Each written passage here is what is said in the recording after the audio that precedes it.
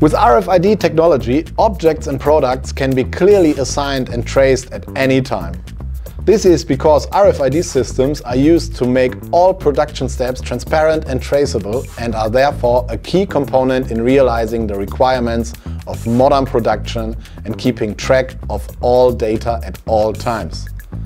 For clear identification and immediate traceability, a data carrier is attached to the object to be identified, which acts as a memory. I have brought two of these so-called tags or transponders with me here. One is intended for flush mounting in metal, for example in a machine tool or where there is really no room for additional components.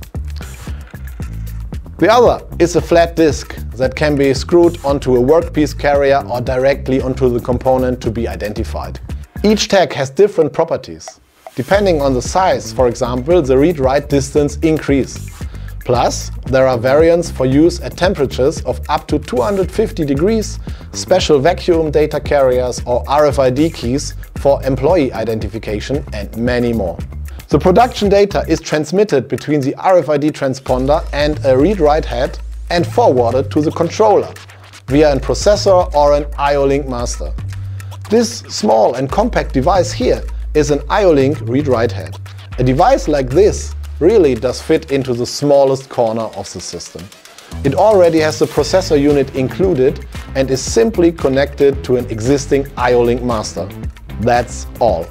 In the field of RFID, there are of course a large number of different data carriers, read-write heads and evaluation units for a wide variety of frequencies and, of course, for connection to a wide variety of control systems.